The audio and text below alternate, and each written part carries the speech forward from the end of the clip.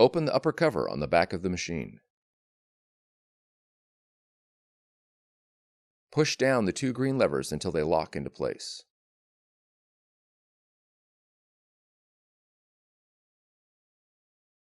On the front of the machine, open the manual feed slot cover.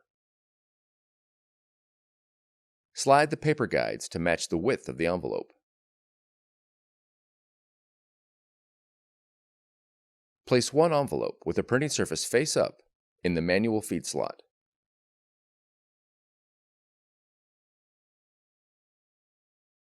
Insert the envelope until its front edge touches the paper feed rollers. When the machine starts pulling the envelope in, release the envelope. Adjust the manual feed slot paper guides.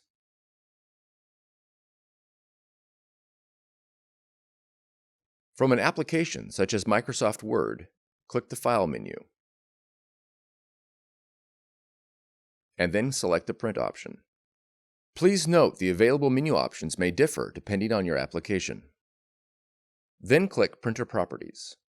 Once again, the options may differ depending on the application that you are using. Select your media type and envelope size,